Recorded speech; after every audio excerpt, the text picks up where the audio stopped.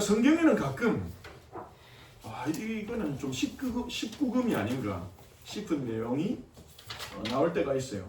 굉장히 좀 잔인한 이런 내용이 나올 때도 있고, 또 아가서 같은 경우에는 좀 선정적인, 물론 부부간의 사랑을 묘사한 거니까 우리가 이해할 수는 있지만 그런 내용들이 있기도 합니다. 근데 오늘 나오는 본문도 굉장히 잔인한 내용이 사실은 들어있죠. 자, 헤롯이 자신의 생일 파티를 여는 장면이 나옵니다. 그런데 그 생일 파티가요, 굉장히 끔찍한 잔치가 됐죠. 그래서 헤롯의 잔치는 피해 잔치가 되었다, 이렇게 볼 수 있습니다. 우리가 신약 성경을 이해하기 위해서는요, 조금 헤롯이 누군가 이걸 좀 이해할 필요가 있거든요. 자, 오늘 이 본문에 나오는 헤롯은요, 신약 성경에 헤롯이 여러 군데 나옵니다. 근데 다 같은 인물이 아니에요. 오늘 본문에 나오는 헤롯은요, 분봉왕 헤롯. 이 헤롯은 헤롯 안디바라는 사람입니다. 헤롯 안디바. 이 헤롯 안디바는 갈릴리 지방과 그리고 요단강 동편에 있는 베레아라는 지방을 다스리는 분봉왕이었어요. 이 분봉왕이란 말은 헬라어로 테트라 아르케스란 말인데 4분의 1을 다스리는 왕이란 뜻입니다. 그러니까 4분의 1 왕이란 뜻이에요. 어떻게 보면 좀 굴욕적인 호칭이죠. 너는 진정한 왕이 아니고 4분의 1 왕이야, 그런 정도의 의미입니다.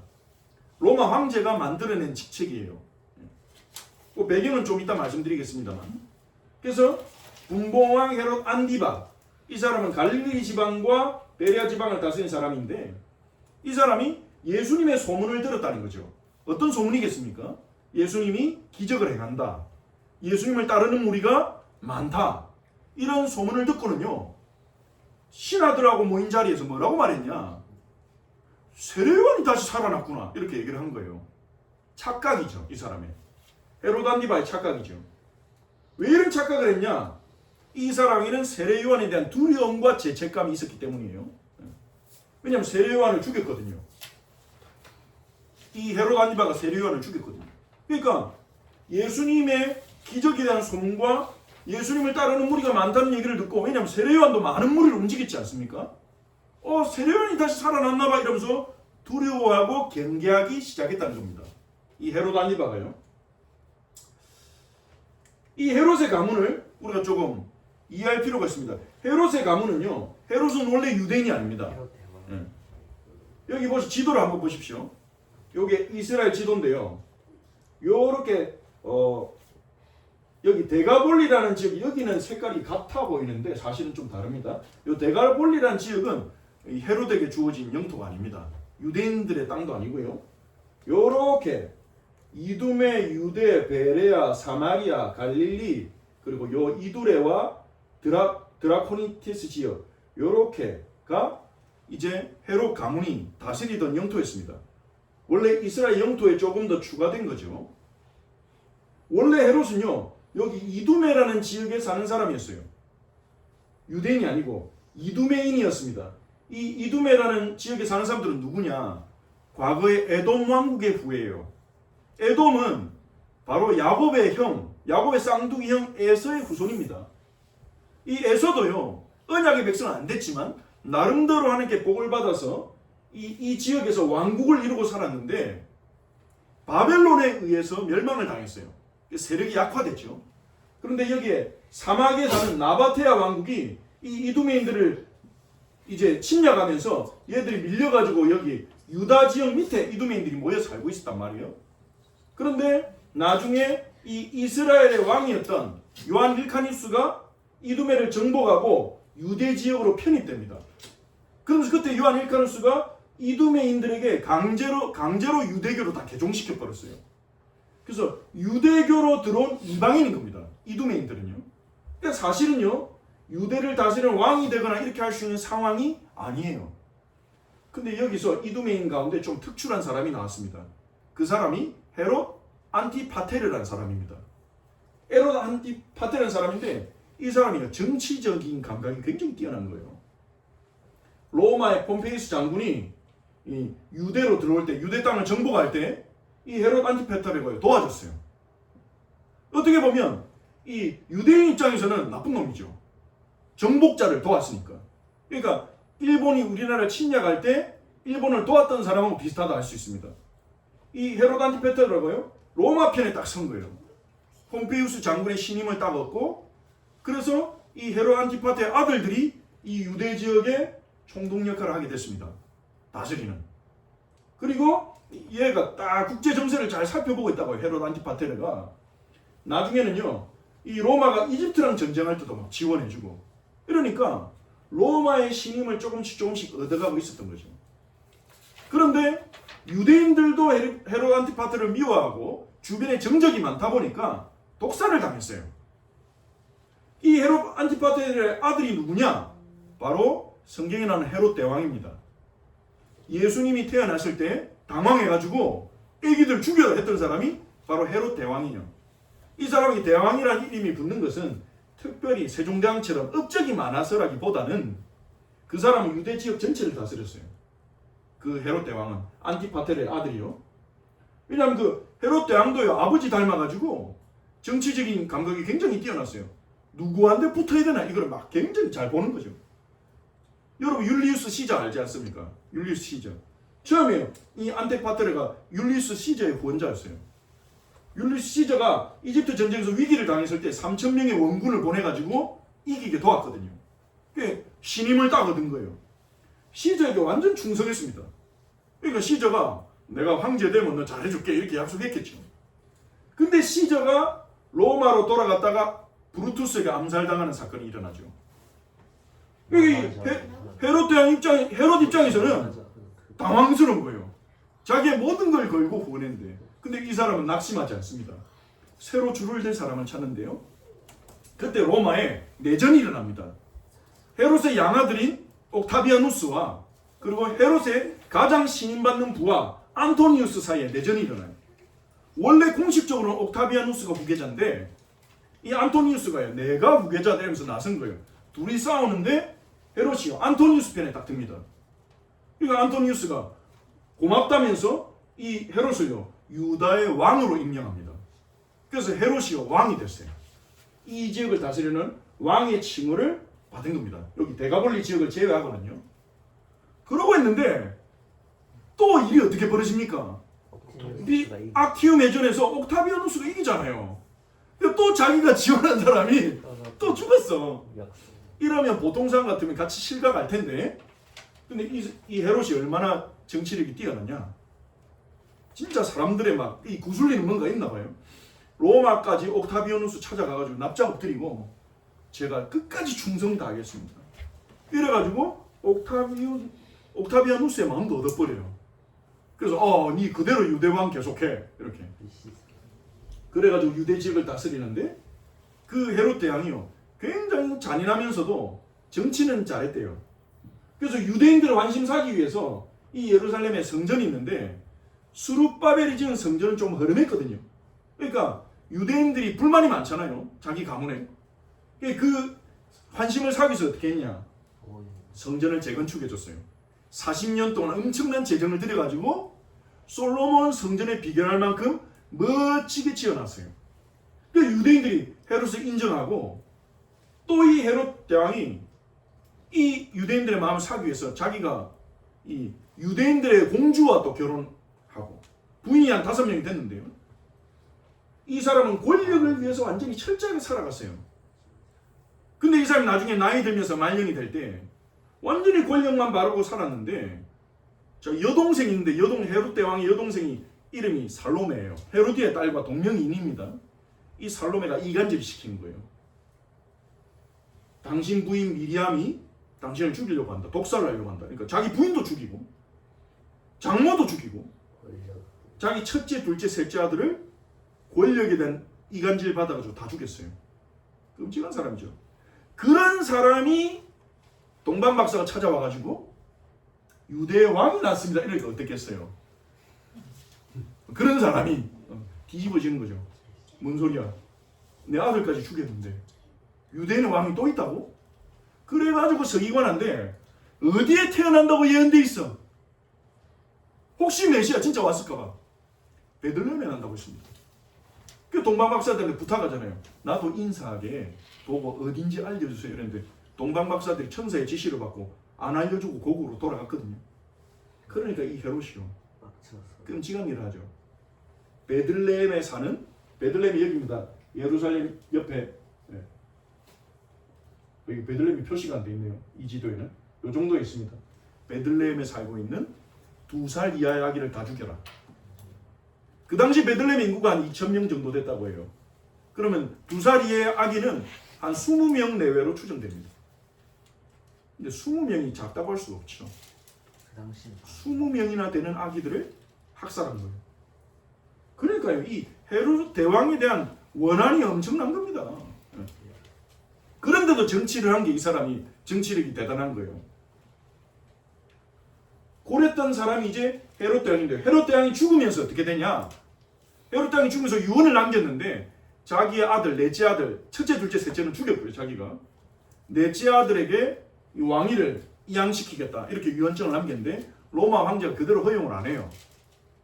로마 황제 입장에서는 분열시킨 게 낫다고 생각한 것 같아요. 그래서 넷째 아들인 헤롯 아켈라오가 여기 요 색깔 이두메, 유대, 사마리아 이 지역을 다스리고 동생 헤롯 안디바스 오늘 본문에 나온 헤롯 안디바스가 여기 갈릴리 지역 그리고 여기 베레아 지역 여기를 다스리고 그 다음 동생 헤롯 빌립이 이두레와 드라고니 지방 여기를 다스리도록 한 겁니다. 그렇게 나눴는데 그때 이 황제가 이름을 지어준 게 그거예요. 이 지역을 다스리는 헤롯 아켈라오는 한글로 번역하면 절반 왕 이 정도 될 겁니다. 반만 다스린다고. 절반 왕, 버금 왕 이 정도 될 겁니다. 그리고 헤롯 안디바는 4분의 1만 다스린다고. 분봉왕. 여기에 또 헤롯 필립도 4분의 1 다스린다고. 분봉왕. 그러니까 2분의 1은 헤롯 아켈라오, 4분의 1은 헤롯 안디바, 4분의 1은 헤롯 빌립에게 나눠준 거예요. 그러면서 분봉왕이라는 호칭이 성경에만 나오는 겁니다. 그러니까 황제 입장에서는요, 너네는 왕 아니야 이런 거죠. 너네 주제를 깨달아 이런 거죠. 이런 가운데 이 가문이 끔찍한 거예요. 좀 전에 헤롯 대왕도 그렇지만 이 본문에 나오는 이 헤롯 안디바 이 사람은요, 나름대로 정치 헤롯 아켈라오는 워낙 폭정을 행해가지고 이 사람은 10년도 못 다스리고 쫓겨나요. 고을 지방 지금의 프랑스 지역으로 귀양가요. 그러고 로마가 총독을 보내서 다스리기 시작합니다. 그래서 예수님이 공생의 당시에는요, 이 지역을 로마 총독 본디오 빌라도가 다스리고 있는 거예요. 원래는 헤롯 아켈라오가 다스렸는데 걔가 하도 사고를 치니까 유대인들이 로마 황제한테 서신을 보내가지고 제발 헤롯 아켈라오는 안 된다 이랬더니 알았어 이러고 반란이라면 안 되니까 로마 총독을 파견한 겁니다. 로마 총독이 다스리는데 총독이 바뀌면서 본디오 빌라도 때 예수님이 죽으신 거죠. 본디오 빌라도 때 고난을 받으시고, 그래서 이 지역에서는 사형 집행 권한이 본디오 빌라도에게 있어요. 이 지역에서는 사형 집행 권한이. 그래서 대제사장이 예수님 죽이려고 본디오 빌라도한테 그렇게 막 찾아가가지고 십자가에 못 박아라 이래 한 겁니다. 이 갈릴리 지방은 헤롯 안디바가 다스렸죠. 이 헤롯 안디바는 아버지 닮아가지고 굉장히 강교하고 잔인한 사람이었어요. 예수님이 성경에 보면 여우라고 부르는 본문이 나옵니다. 헤롯을 저 여우라고 부르죠. 이 헤롯 안디바는요, 정치는 나름대로 잘했는데, 근데 이 사람이요, 원래 본부인이 있는데, 본부인은 이 나바테아 지역의 공주였어요. 근데 이 공주랑 이혼하고, 자기의 사촌 동생, 이 지역을 다루는 헤롯 빌립 말고 또 다른 빌립이 있습니다. 그 빌립의 아내 헤로디아, 자기 사촌 동생의 아내랑 재혼하려고 자기 현 아내를 버린 사람이에요. 헤로디아하고 결혼했는데 헤로디아는 또 어떤 여자냐? 복잡해요. 이 헤로디아도 이름이 헤로디아잖아요. 헤롯 가문의 딸이에요. 관계가 어떻게 되냐? 헤롯 안디바의 조카예요. 헤로디아는 이 관계가 좀 복잡한데 시간이 많으면 가계도를 보여드리면 설명할 텐데, 간단하게 설명하면 헤로디아는요, 원래도 삼촌하고 결혼했어요. 삼촌하고 결혼했는데 이 삼촌이 별 볼 일 없는 거야. 근데 다른 삼촌이 보니까 갈릴리와 베레아를 다스리는 분봉왕인데 자기한테 마음이 있어. 그러니까 자기 현 남편을 버리고 다른 삼촌인 헤롯 안디바하고 결혼한 여자가 헤로디아예요. 완전히 권력에 사로잡힌 여자죠. 어떻게 하면 권력을 가질 것인가? 그거밖에 없는 여자예요. 살로메는 전 남편과의 사이에서 태어난 딸이고요. 오늘 본문에 나온 그 소녀 헤로디아의 딸 이렇게 나오죠. 이름은 안 나옵니다. 근데 살로메라고 요세푸스의 역사에 보면 살로메라는 이름이 나옵니다. 근데 이 살로메라는 뜻이요, 그 히브리어로 평화가 샬롬 아닙니까? 샬롬이라는 히브리에서 왔으니까 이름이 평화라는 뜻이에요. 근데 하는 짓은 완전히 평화가 아닌 거죠. 비평화. 오늘 성경에 나오는 등장인물들 설명하기에 조금 장황하지만 헤롯 가문의 역사를 말씀드린 겁니다. 그러니까요, 이 집안은 어떤 집안이냐? 권력. 권력. 어떻게 하면 힘을 가질 것인가? 어떻게 하면 내 자리 지킬 것인가? 어떻게 하면 내가 누리고 있는 부와 영향력을 지킬 것인가? 여기에만 혈안이 된 집안이에요. 근데 세례요한이 어떻게 합니까? 비판하거든요. 헤롯에게 계속 많은 백성, 이 조용한 아무 힘없는 사람이 하면 상관없는데 세례요한은 많은 백성이 따르는 선지자입니다. 근데 백성들 모아놓고 계속 비판하거든요. 헤롯의 결혼은 잘못했다. 헤롯 안디바는 동생의 아내를 차지했다. 사촌 동생의 아내를 차지했다. 헤롯 안디바는 잘못했다. 형제의 아내를 차지했다. 이렇게 비판하니까 헤롯이 세례요한을 죽이고 싶은데 성경은 뭐라고 말합니까? 선지자로 여김으로 백성이 두려워서 해치지 못하고 옥에 가두어 놓은 거예요. 헤로디아는 죽이고 싶겠죠. 이 자기가 어떻게 이 자리에 권력에 들어왔는데 그걸 자꾸 지금 비방하고 이러니까 헤로디아가 죽이고 싶겠죠. 근데 어느 날 헤롯의 생일 잔치에 기회가 온 거예요. 헤롯이 자기의 생일에 잔치를 엽니다. 자, 기회가 좋은 날이 왔으니 헤롯이 자기 생일에 대신들과 천부장들과 갈릴리의 귀인과 더불어 잔치하였어요. 여기 VIP들이 쫙 모였어요. 마가복음 6장 21절에 보면 이 잔치에 초대된 멤버들이 나오는데 이 대신들, 신하들, 천부장들, 그리고 갈릴리의 귀인들, VIP만 모아가지고 최고급 잔치를 하겠죠. 화려한 옷을 입고 화려하게 꾸며진 장소에서 제일 좋은 음식 먹으면서 잔치하고 있어요. 근데 그때 헤로디아의 딸이 친히 들어와. 보통 이런 데는 무희를 부르지 공주가 누가 와가지고 춤을 추겠습니까? 근데 친히 들어와가지고 막 춤을 추는데요. 너무 춤을 잘 췄나 봐요. 오늘날 태어났으면 아이돌이 됐을지도 모르겠는데 춤을 너무 잘 췄나 봐요. 헤롯과 그 신하들이요, 너무 기분 좋아질 정도로, 감동받을 정도로 춤을 잘 춘 거예요. 그리고 왕이 그 소녀에게 말합니다. 소녀라고 했죠. 그럼 나이가 10대라는 거예요. 어린이는 벗어났는데 청소년, 유이 정도겠죠. 유이보다 조금 많거나. 그 작은 소녀가 와가지고 춤을 추니까 얼마나 귀엽고 예쁘고 그랬겠습니까? 근데 그 소녀에게 뭐라고 합니까? 헤롯이 네가 원하는 것을 구해라. 내가 주리라. 나라의 절반으로 주리라. 이게 성경에 나온 왕들이 자주 치는 뻥인데요. 이게 나라의 절반으로 주리라. 주로 그럽니다. 아수에로도 에스다인데 그랬죠. 나라의 절반이나 주리라. 근데 마태복음 14장 8절에 보면요, 엄마한테 물어봐요. 엄마 뭘 달라고 할까요? 그러니까 헤로디아가 지금이 기회구나. 뭘 시킵니까? 자기 딸한테 세례요한의 머리를 잘라서 소반은 쟁반입니다. 쟁반에 얹어서 저에게 주소서.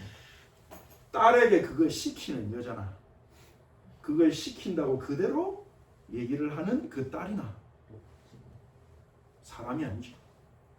괴물이죠. 이 왕이 근심합니다. 세례요한 죽이기를 두려워서 못 죽였잖아요. 근데 신하들 앞에서 자기가 말한 체면이 있잖아요. 그래서 사람을 보내서 세례요한을 죽입니다. 목을 자릅니다. 장수형을 합니다. 그리고 그거를 접시에 담아가지고 살로메에게 줬어요. 그래서 살로메 그거를 받아가지고 엄마한테 들고. 끔찍하지 않습니까? 10대 소녀가 이 세례요한의 머리를 들고 자기 엄마한테 찾아가서 엄마한테 엄마 가져왔어요 그러면서 준 거예요. 끔찍한 장면입니다. 사람이라 볼 수가 없죠.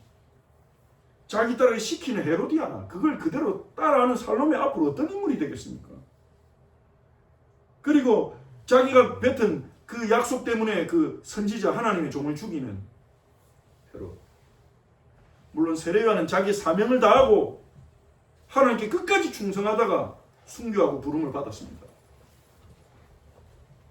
우리가 이 헤롯의 가문을 보면서요, 이 가문이 과거에 있었던 하나의 미친 가문입니까? 특별한, 유일한. 역사 속에 보면요, 자기의 권력을 지키기 위해서 괴물이 된 사람이 너무나 많아요. 수많은 사람들을 학살하고 자기 가족까지도 버리고. 헤롯의 얘기가 유일한 얘기가 아니라는 게 문제가 있어요. 헤롯의 가문이 저런 잔인하고 권력에 미쳐서 사람들을 학살하고, 이 헤롯 가문이 죽인 사람만 몇만 명이에요. 헤롯 대왕이 학살하고 헤롯 아켈라가 학살하고.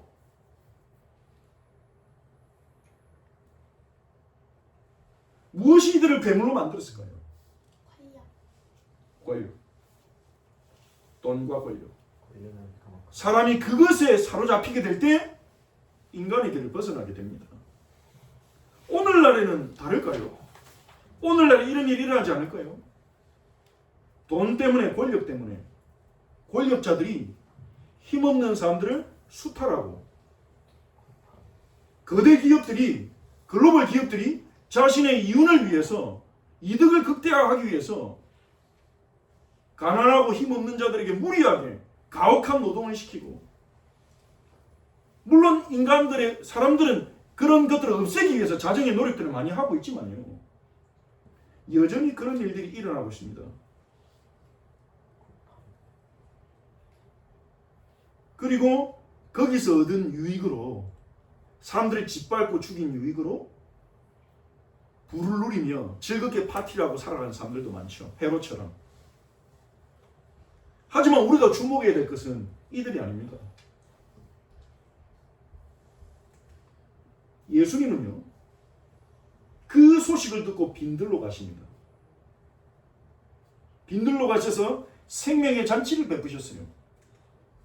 예수님은 세례요한이 죽었다는 소식을 들으시고 배를 타고 떠나서 따로 빈들에 가시니 홀로 빈들로 가셨어요. 빈들에 뭐가 있습니까? 아무것도 없어요. 예수님이 땅에 왕으로 오셨는데 예수님은 돈과 권력이 모인 수도가 아니라 빈들로 가셨어요. 빈들에 뭐가 있습니까? 아무것도 없어요. 하지만 아버지가 계세요. 하나님 계세요. 예수 그리스도의 기도를 들으시고 응답하시는 아버지가 계세요. 예수님은 기도하러 가셨어요. 세상의 무서운 권력에 의해서 자기의 사촌이자 하나님의 선지자였던 세례요한이 죽었다는 그 슬프고 끔찍하고 어쩌면 두려운 소식을 듣고 예수님은요, 빈들로 가셔서 아버지 앞에 기도하시기 시작했습니다. 아버지의 나라가 더 크기 때문에. 그런데 이 예수님이 잠깐 기도를 가셨는데 그때 무리가 듣고요, 수많은 무리가 듣고 여러 골로부터 예수님을 걸어서 따라오는 거예요. 예수님을 따라오는 자들이 있습니다. 이 사람들은요, 돈 많은 사람 없습니다. 병든 자, 귀신 들린 자, 그러다가 치유받은 자, 예수님 말씀 듣고 싶은 자, 이들이 예수님을 따라옵니다. 아무것도 없는 데로 갑니다. 예수님 계시다는 그 이유로. 예수님 만나러 갑니다. 예수님은요, 자기를 만나러 오는 그 큰 무리들,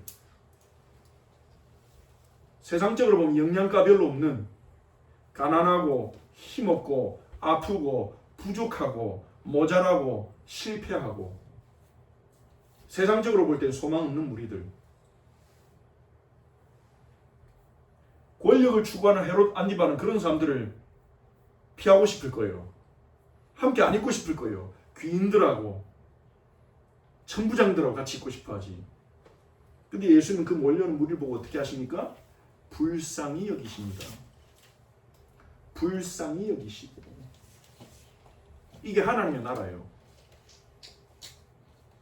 세상에서는 버려지고, 세상에서는 가치 없다 여기고, 세상에서는 필요 없다 하고, 세상에서는 뒤처졌다고 하는 사람들을 예수님은 어떻게 하십니까? 불쌍히 여기시고 그 중에 있는 병자를 고쳐주십니다. 병자들이 많았다는 거죠. 예수님은 불쌍히 여기고 고쳐주신 분입니다. 헤롯의 잔치와 로마의 잔치와 헤롯의 나라와 너무나 다른 거죠.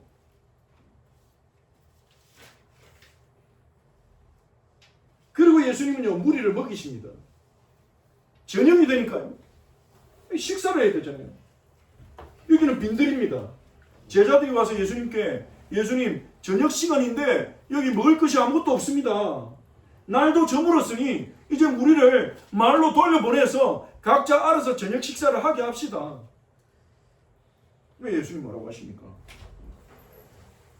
갈 것이 없다. 너희가 먹을 것을 주라. 예수님이 직접 먹이시겠다는 거예요. 예수님은 영의 말씀을 먹이셨습니다. 하지만 육신도 먹이시겠다는 거예요. 그때 제자들이 말합니다. 예수님, 여기 있는 것은 오병이요, 떡 5개와 물고기 2마리뿐입니다. 여기서 말하는 떡은요, 빵입니다. 번역자가 빵을 전부 다 떡으로 번역해놔가지고 빵 5개. 그 빵도 뭐 파리바게트에서 우리가 사 먹을 수 있는 이런 빵이 아니죠. 완전히 누룩 안 들어간 밀가루를 구운 딱딱한 비스켓 같은 그런 빵, 우리가 성찬에 먹는 그런 빵일 겁니다 아마. 그런 빵 5개.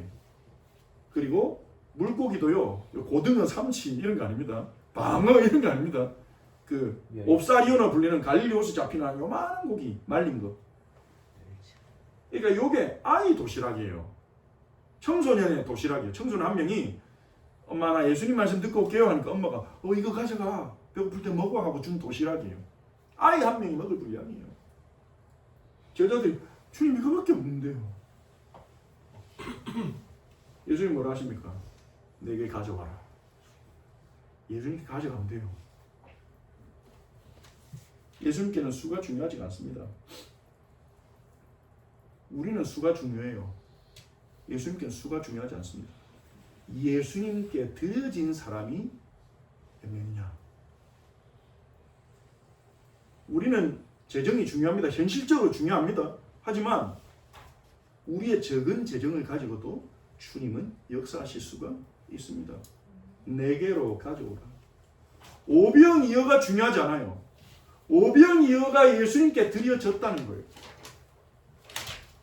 예수님 그 오병이에 축사하시고 하나님께 감사하고 나눠주기 시작합니다. 어떻게 됩니까? 남자의 수만 5,000명, 여자와 아이를 제외하고 5,000명이었더라. 그 사람이 배불리 먹고 남았더라. 이게 예수님이 이 땅에 베푸시는 잔치입니다. 이게 교회가 이 땅에 열어나가야 될 잔치예요. 많은 인재를 모아가지고 중요하고 큰 프로젝트를 해나가야 되는 게 아닙니다. 물론 특별한 사명을 가진 교회도 있겠죠. 그건 헤롯의 잔치에서 일하는 일이에요. 하나님 이 땅 가운데 베푸시려고 한 잔치는 뭡니까?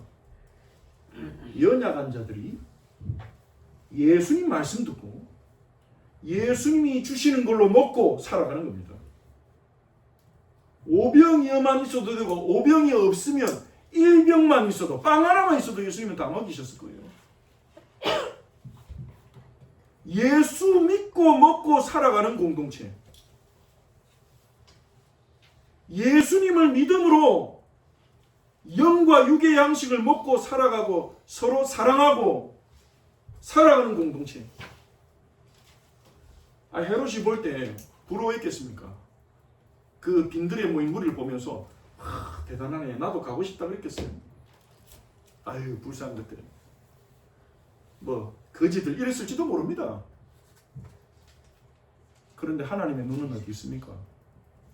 주님은 어디 계십니까? 주의 말씀은 어디 있습니까? 있는 사람들 얼마나 행복했을까요? 예수님의 말씀을 듣고 예수님이 친히 베풀어 주시는 응답으로 살아가는, 응답을 경험하고 자기들이 가진 아이가 내놓은 오병이어를 통해서 역사하시는 그 주님의 공급하는 기적의 손길을 경험한 그 사람들은 얼마나 기뻤을까요? 너무 좋아가지고 예수님 왕이 달라 그러죠. 왕이 다 달라 그러죠. 물론 예수님 그런 왕으로 오신 분은 아니지만요. 이 예수님 빈들에서 계신 잔치는요, 세상의 잔치와 달랐어요. 예수님이 빈들에서 계신 잔치는요, 앞으로 참여하게 될 메시아의 잔치를 기대하게 합니다. 메시아의 잔치. 이사야 선지자는 예언했어요. 이사야 선지자는 예언했습니다. 이사야 25장 6절 우리 한번 찾아봅시다. 이사야 25장 6절.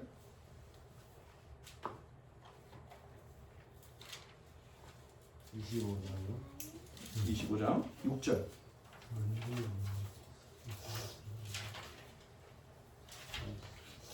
같이 함께 읽어봅시다. 만군의 여호와께서 이 산에서 만민을 위하여 기름진 것과 오래 저장하였던 포도주로 연회를 베푸시니 곧 볼수가 가득한 기름진 것과 오래 저장하였던 많은 포도주로 하실 것이며. 아멘. 만군의 여호와께서 베푸실 잔치, 메시아의 잔치, 요한계시록은 어린 양의 혼인잔치라고 이렇게 말하고 있습니다. 거기서 먹게 될 것은, 이 빈들에서 모인 백성들은 이 딱딱한 빵과 물고기로 배불러 먹었지만 기름진 것은요, 진짜 좋은 것, 맑은 포도주, 정말 좋은 포도주.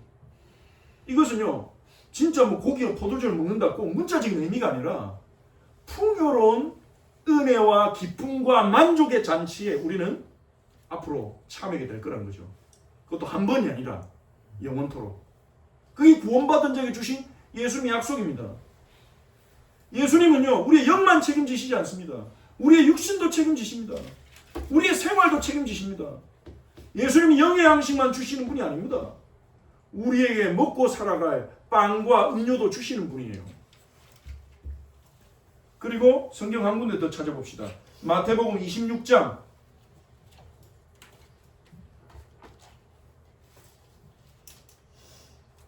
29절입니다.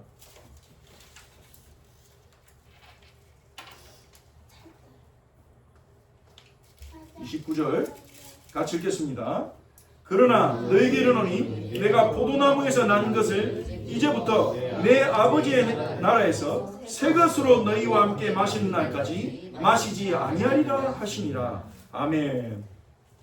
예수님은요, 성찬식을 할 때 내가 포도나무에 난 것, 포도주를 마시시면서 제자들이 포도주를 나눠주셨죠. 내 피다, 너희를 위해 흘리는 내 피다, 새 언약의 피다, 이렇게 나눠주셨죠. 그리고 이후로는 나는 포도주를 안 마실 거야. 언제까지? 내 아버지의 나라에서 너희와 함께 새 것을 마시는 그때까지.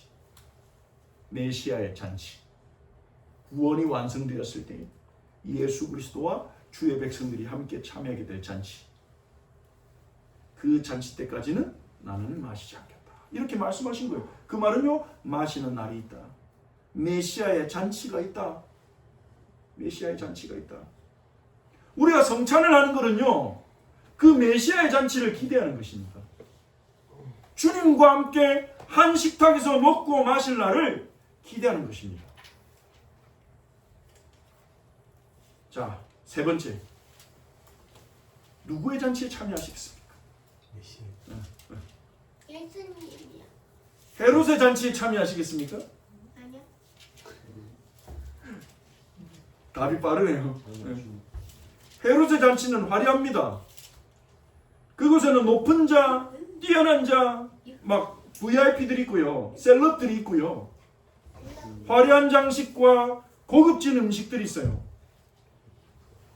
그들은 그것을 얻고 유지하기 위해 최선을 다했고 가족마저도 희생시켰어요. 하지만 자신들을 얻기 위한 과정에서 자신들의 인간성을 잃고요. 괴물 같은 모습이 돼버렸어요. 살로메처럼. 여러분 살로메처럼 되면 안 되겠죠. 우리와 우리의 후대의 모습이. 근데 많은 사람들이 그 길을 걸어가고 있어요. 더 높은 자리, 더 많은 돈. 그거 자체가 틀렸다는 게 아닙니다. 성공하지 말라는 게 아닙니다. 가난하라는 말이 아닙니다. 우리의 마음의 중심에 돈과 권력과 그것들이 주는 부가 자리 잡고 그것이 주가 된다면 우리 역시도 괴물처럼 될 수 있다. 예수님의 잔치는 어떻습니까? 예수님의 잔치는 조촐하게 보여요. 맛있는 게 없어요. 빵과 작은 물고기밖에 없어요. 화려한 장식도 없고 유명하고 뛰어난 사람도 없어요. 하지만 하나님이 직접 빚으신 넓은 하늘과 높은 산들이 보이는 푸른 수풀이 있고 아무것도 없는 것 같지만 그 예수님의 잔치에는 뭐가 있습니까? 예수님을 사랑하고 영원한 나라를 갈망하는 자들이 모여 있습니다. 여기가 그 잔치의 자리입니다. 여기에 많은 사람 모이지 않았어요. 대단한 사람 모이지 않았어요. 우리 영적으로 다 하나님 자녀니까 대단한 사람들이지만 세상에서 봤을 때 하지만 예수님 사랑하고 메시아의 잔치를 기대하는 영원한 나라를 갈망하는 자들이 모여있어요. 무엇보다 영원한 생명의 말씀이 있어요. 예수님의 잔치에.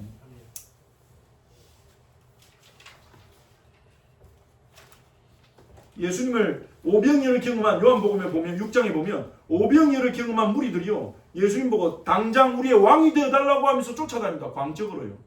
광적인 팬덤이 생긴 거죠. 그때 예수님 말합니다. 내 살을 먹고 내 피를 마시는 자들이 영생을 얻는다. 그게 참된 양식이다. 그랬더니 무슨 말입니까? 못 알아듣겠어요. 이러면서 떠나가 버립니다. 무리들이 다 떠나가요. 그때 예수님이 12 제자에게 물으십니다. 너희도 나를 떠나려느냐? 너희도 갈래? 그랬더니 베드로가 그때 이렇게 대답합니다. 주여, 영생의 말씀이 주께 있는데 저희가 어디로 떠나가겠습니까? 저희는 주가 하나님이 보내신 분임을 알았습니다. 영생의 말씀 있는 곳에 여러분 머무시면 됩니다. 예수님의 잔치에서 예수님이 주신 양식은요. 자, 여러분 19절 한번 보십시오. 무리를 명하여 잔디 위에 앉히시고 떡 5개와 물고기 2마리까지 쌓아 축사하시고 떡을 떼어 제자들에게 주시며 제자들이 우리에게 주니라. 예수님의 잔치에서 예수님 주신 양식은요. 제자들을 통해 다른 사람에게 전달됐어요. 그러면 예수님의 제자인 우리들이 해야 될 일이 나오는 거죠. 예수님께 양식을 받아가지고 이 받는 양식은 말씀도 되겠고요. 또 우리가 앞으로 또 받아야 될 경제응답도 포함이 되겠죠. 예수님께 양식을 받아가지고 굶주린 자들에게 전해주는 겁니다. 말씀의 굶주린 자에게 전해주는 겁니다. 육신의 굶주린 자도 먹여주는 겁니다. 예수님께 말씀의 양식을 공급받아 목자 없이 방황하는 영혼들을 긍휼히 여깁니다.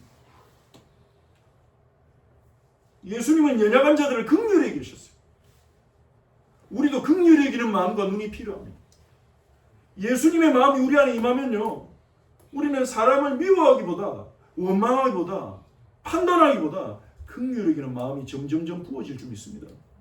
예수님은 긍휼의 목자이시기에 긍휼히 여기며 말씀의 양식을 계속 공급해 줍니다.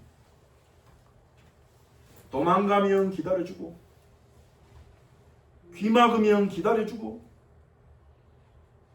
기도하면서 말씀을 공급해주고 예수님처럼 치유하고 영과 육의 약식을 제공하는 것, 그것이 제자인 우리들이 해야 될 일인 줄 믿습니다. 말씀의 결론을 맺겠습니다. 결론, 잔치처럼 삽시다. 우리의 삶을요. 잔치라고 해서 꼭 음식이 많아야 되고 막 흥겨운 음악이 있어야 되는 게 아닙니다. 우리의 마음이 잔치가 되면 됩니다. 생명의 말씀이 있으니 예수 그리스도가 나와 함께 하시니 생명의 말씀이 내게 있으니 나는 이것을 퍼서 나눠주겠다. 잔치처럼 살기 위해서는요, 내게 잔치에는 뭐가 있습니까? 일단 음식이 많이 있어야 되잖아요. 그래야 잔치가 되잖아요. 여러분 마음에 영의 양식이 넘쳐나시기 바랍니다. 날마다 예수님 주시는 양식을 받아 먹으시기 바랍니다. 구하십시오. 주옵소서. 오늘도 내가 만나는 사람들에게 영의 양식을 나눠줄 수 있도록 내게 주옵소서. 오늘도 내가 만나는 사람들과 축복할 수 있도록 내게 긍휼의 마음을, 축복하는 마음을 주옵소서. 그러면서 성경 읽고 기도하시는 거예요. 나만의 빈들로 찾아가서 기도하시는 거예요. 내게 먼저 부어지도록. 있는 자는 나눠줄 수 있습니다. 넘치는 자는 나눠줄 수 있어요. 기쁨으로. 하나밖에 없는 자는 주기가 어렵습니다. 나도 먹어야 되니까. 근데 넘쳐난다 그러면 기쁨으로 나눠줄 수 있어요. 예수님이 날마다 우리에게 은혜 주실 것입니다. 날마다 말씀 주실 것입니다. 문제는요, 구하는 자가 있느냐, 예수님께 구하고 찾는 자가 있느냐, 그거예요. 그 양식 없어도 살아갈 수 있는 것 같거든요. 두 번째, 함께 살아갑시다. 함께 살아갑시다. 제 주변에도요, 영적으로 힘이 없고 지치고 예배 자리까지 나올 힘도 없고 그런 청년들도 있고 그런 사람들이 있습니다. 어제 말씀 준비한 중에 그런 마음 주는 거예요. 함께 살아가라 그들. 꼭 성공해야 되는 거 아니지 않느냐. 예수님과 함께 살아가는 삶을 그들이 알도록 그들과 함께 살아가라. 포기하지 말고 낙심하지도 말고 계속 그들을 위해 기도하고 찾아가서 밥도 먹고 밥도 사주고 찾아가서 말씀도 주고 꼭 변화가 일어나야 되는 거 아니지 않냐. 꼭 그 사람이 막 성공해야 되는 거 아니지 않냐. 제 마음에는 아무래도 사람이다 보니까 그런 기대가 있죠. 누군가를 찾아가서 메시지 전하면 그 사람 확 변화되는 길을 원하는 기대가 있고 그래서 막 교회 사람들이 막 한 명씩 와서 좀 어느 정도 우리가 힘도 생기고 어느 정도 우리가 함께 같이 모이면 분위기도 좀 더 활발해지고 그래서 우리가 그 힘을 모아서 예배당도 얻고 이렇게 성장해가고 싶은 마음이 저에게도 있죠. 근데 그 마음을 가지고 사역하다 보면 사람을 과연 그 하나님이 사랑하시는 하나님 형상 사람으로 온전히 볼 수 있겠는가? 나의 그런 목표를 위해서 이 사람이 필요한 사람으로 보이지 않겠는가? 그럼 이 사람이 내가 원하는 반응을 보여줘야 내가 기뻐하고 변화가 없으면 나는 실망하는 그런 상태가 되지 않겠는가? 그게 아니라 변화되지 않아도 좋다. 예수님이 내게 오셨듯이 함께 살아가자. 성도들과 함께 살아가자. 연약한 자들과 함께 살아가자. 축복해주고 기도해주고 말씀 주고 밥 먹고 같이 함께 살아가자. 그게 잔치 아닌가? 예수님이 계신 잔치다. 그게 메시아의 잔치다. 예수님의 제자인 우리는 메시아의 잔치를 열어나가도록 부름받았다. 이 메시아의 잔치는 돈 없어도 할 수 있다. 연약해도 할 수 있다.